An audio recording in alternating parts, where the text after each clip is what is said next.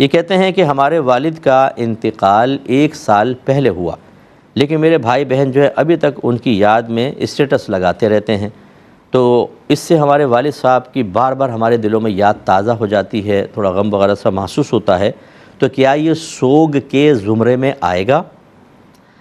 دیکھیں، پہلی بات تو سمجھ لیں کہ سائل نے کویسچن کیوں کیا ہے۔ نبی کریم صلی اللہ علیہ وسلم نے ارشاد فرمایا کہ کسی کے لیے بھی کسی کی موت پر 3 دن سے زیادہ سوگ منانا جائز نہیں ہے، سوائے شوہر کے کہ عورت اپنے شوہر کا 4 ماہ 10 دن تک سوگ منائے گی۔ تو اس کا مطلب ہے کہ والد صاحب چونکہ شوہر تو ہیں نہیں، تو 3 دن تک سوگ ہونا چاہیے۔ اچھا، سوگ کس کو کہتے ہیں؟ اظہار غم کو کہتے ہیں۔ ایک ہوتا ہے احساس غم، آپ کے کوئی قریبی فوت ہو گئے تو بعض اوقات سال ہر سال غم محسوس ہوتا رہتا ہے، اس کو احساس غم کہتے ہیں۔ اظہار غم کیا ہے؟ ایسی علامات اختیار کرنا کہ لوگ دیکھ کر آپ کو کہیں کہ یہ کسی کا غم منا رہا ہے۔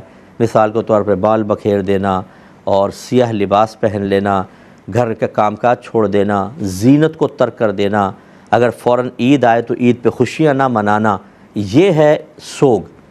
اب آپ دیکھ لیجئے کہ اگر والد صاحب کا کہ اسٹیٹس پہ کوئی بھی چیز لگاتے ہیں جس سے ان کی یاد تازہ ہو جاتی ہے، تو یہاں پر یہ سوگ کے زمرے میں تو نہیں آئے گا، کیونکہ اظہار غم کی تو کوئی صورت ہے نہیں۔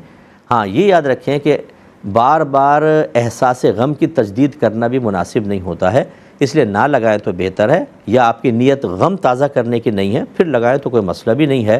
لیکن اگر یہی ارادہ ہے کہ بار بار غم ہمیں محسوس ہوتا رہے تب بھی ٹھیک نہیں، اور یہ اگر مقصود ہے کہ اس یاد کی تازگی کے بعد اظہار غم کی طرف آئیں گے، سوگ منانے کی طرف، تب بھی درست نہیں ہے۔ امید ہے کہ آپ بات سمجھ گئے ہوں گے۔